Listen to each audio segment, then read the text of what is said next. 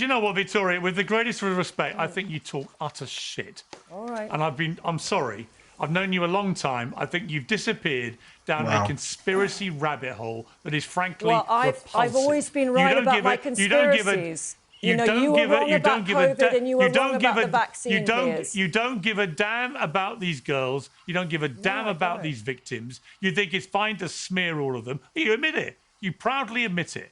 And I think it's shameful. Why would I feel sorry for people that are liars? We now know. It is honestly exhausting to watch the same cycle of elite damage control play out whenever a high-profile scandal threatens the upper crust of the British monarchy. We are seeing a desperate attempt to rewrite history in real time, where the strategy is no longer just to deny the facts, but to gaslight the public into believing the victims simply do not exist or do not matter. The recent clash involving Lady Victoria Hervey and Piers Morgan is a perfect example of this. While it is rare to see a corporate media figure actually hold the line against these conspiracy rabbit holes, the underlying rot is what we really need to focus on. These are not just isolated allegations. They are structural failures of accountability designed to protect concentrated wealth and royal titles. Before we dive into how the FBI's actual stance is being completely misrepresented by those claiming there was no SA, go ahead and hit that subscribe button to help us keep deconstructing these power plays.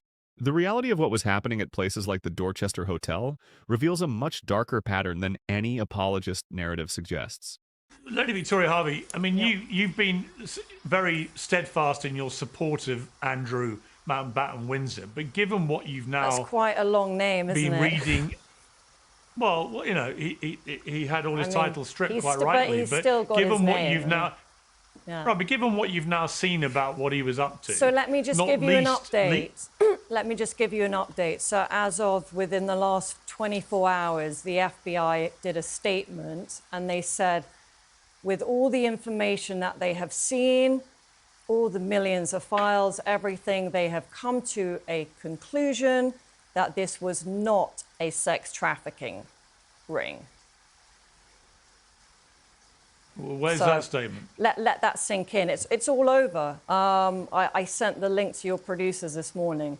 So no one's been able to find that statement. So you're talking about a statement nobody has seen this statement. The FBI has said, and I will send it to your people afterwards, that it was not.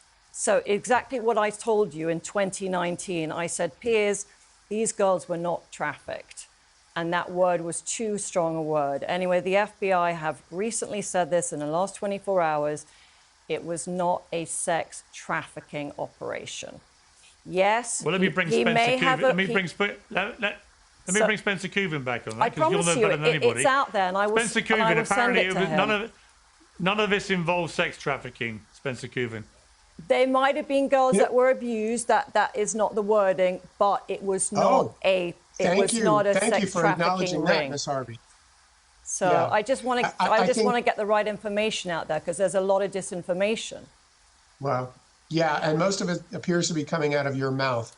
I think at the end of the day, what we need to remember, you're making money from this. We have nearly hundreds of young girls under the age of 18 that were sexually abused and trafficked because you are making money Jeffrey from Epstein. This. By Jeffrey Epstein and Ghislaine Maxwell. Don't forget that we have one woman who's sitting in jail, convicted. How much money did you make from this? Convicted of sex trafficking. And at the end of the day, I think the problem we have is that we're giving voice to people like Miss Hervey. I'm not Miss Hervey, I'm Lady Victoria, actually.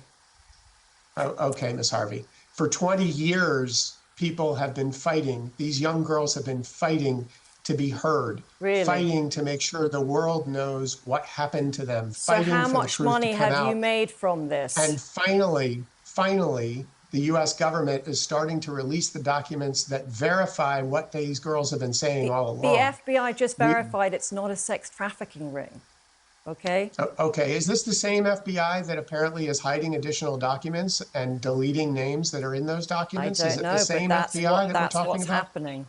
So yeah, it's out there. Even ABC News, which is, you know, not always the most reliable. Victoria, here's what I just find completely baffling. That even with this unbelievable document they also spoke about Virginia. Hang on, let me finish. How Virginia lied. Let me finish, please. Huge. Let me finish, please. Yeah. Let me finish. Even notwithstanding a $3 million dump of files, which reveal the most horrific stuff which going you're on in and I'm in. with Yeah. Epstein, with Ghislaine Maxwell, with others. You still just want to pretend there's nothing to see here. Why? I'm not pretending there's nothing to see here. I'm just stating what the FBI have come to the conclusion it was not a sex trafficking ring. Well, nobody's seen that. Which means Ghislaine is in jail for not trafficking to anybody. So she should be released right away. She was found guilty. But there were no clients. There She's was no serving client list, Piers. You're not understanding it. I like you a lot. You're not I think you're a understanding very she good was presenter. convicted and sent to prison. I know, it's very frustrating for doesn't get people it. like you because it's just like the media has built it up into this huge thing. Yes, obviously, Jeffrey Epstein was a spy. Like, that is true. Like, he was working for various different intelligences. We know that. But the fact is, he was not lending out the girls to his friends. He was. Really? We know that he was. Everybody We've knows seen he And was. sir, We've seen I it don't in know the what your name documents. is, the lawyer, but you obviously made a lot of money from this. Can you tell us what you made from this? Can you tell us what you've done with Mr. Andrew?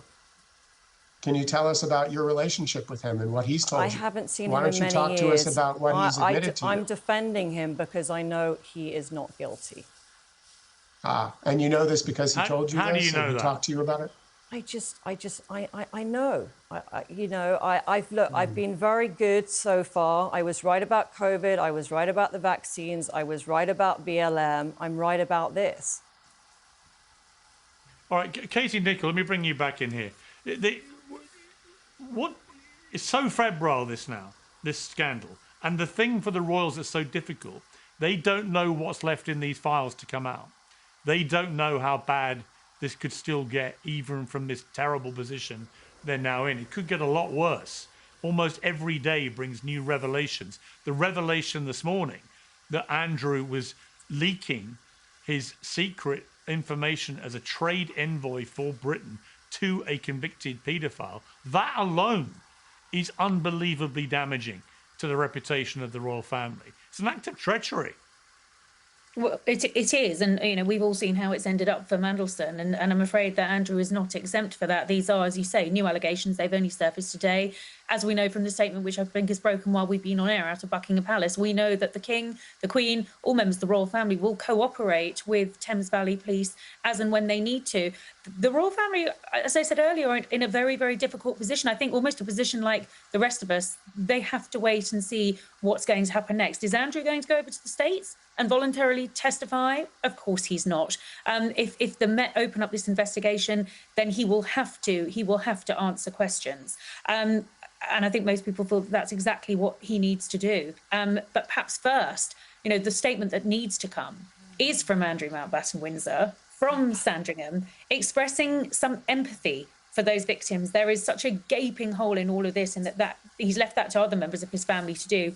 He should absolutely be doing that. And I'm quite astonished by some of the things that Lady Victoria has said on air. I have to say, I think all of our feelings and empathy need to be with those girls. When you hear how young they were, it's truly terrible. Yeah, I'm afraid Victoria I is... just thought of something else I would just like to put out there because, being in my position, I have been in a position where I have been able to be vocal, and that means that I've had a lot of people reaching out to me with information.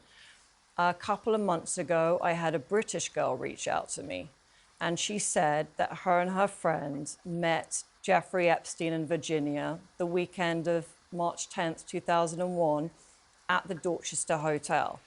Virginia lured them to Jeffrey's hotel. She made the girls lie and say that they were 18 years old. One was 13, one was 14. They actually signed NDAs with Virginia, and David Boies paid them off. Now, they're too scared to come out. Well, unless you've got evidence for any of that, I'm not going to just allow you to spew any cock and bull conspiracy theory that has come to your mind. Once David Boies, it might take to the point where he passes away, and then I feel like the floodgates will open, and all well, you know these what? people... David Boies might well sue you. David Boies might well sue you over what you've just said. Well, it's a these very girls serious are defamation. in touch with the Metropolitan Police. So what I want to tell you is I'm very much in touch with the police, literally on WhatsApp, and they know a lot of information that you guys are not privy to. But do you know what, Victoria? With the greatest of respect, I think you talk utter shit. all right. And I'm sorry. I've known you a long time. I think you've disappeared down a conspiracy rabbit hole that is frankly repulsive. I've always been right about my conspiracies. You were wrong about COVID and you were wrong about the vaccine. You don't give a damn about these girls. You don't give a damn about these victims. You think it's fine to smear all of them. You admit it. You proudly admit it. And I think it's shameful. Why would I feel sorry for people that are liars? We now know from these documents just how disgusting this scandal is, and yet still you come on shows like this and you're still in total denial for reasons that completely baffle me. Can we talk about the quality of girls? So Anushka Giorgio as an example. You know what she did? Like, this is the caliber of person we're talking about. Anushka Giorgio... Actually, I'm not going to let you smear them. I'm sorry, I'm not. She was the girl that set up Tom Parker No, I'm not going to let you do it. No, sorry, she cut did it, it. Mike. She did that one story. I'm not letting you do it. I'm not letting you smear these victims anymore. I'm just not going to let you do it. Just cut her off. What we are witnessing isn't just a disagreement. It is the mask of the billionaire class slipping in real time. It is genuinely sickening to watch someone hide behind a title like Lady Victoria, while simultaneously demeaning survivors based on their social standing. When you hear a defender of the elite refer to victims by questioning their quality or caliber, they are telling you exactly how they view the working class, as disposable assets rather than human beings. This isn't just about one royal figure or a single hotel room. It's about a structural system where the movers and shakers feel so insulated by their wealth that they view being named in these files as a badge of status, rather than a mark of shame. They want us to get lost in technicalities about the FBI, but the material reality is that victims were silenced with money and legal threats for decades. We have to stop letting these figures use conspiracy labels to bury the very real exploitation that happens when power goes unchecked.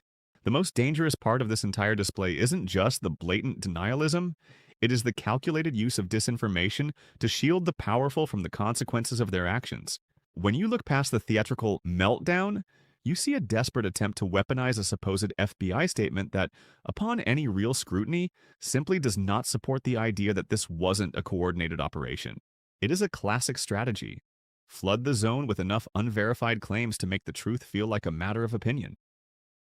We have reached a point where even a figure like Piers Morgan, who usually operates within the very media machine that sustains these hierarchies, finds the rhetoric so indefensible that he has to cut the mic to maintain a shred of journalistic dignity. But we shouldn't need a viral clip to tell us that treating human beings as losers or low caliber for being exploited is a moral vacuum. This is about holding on to a democratic reality where titles and high-priced lawyers can't rewrite the lived experience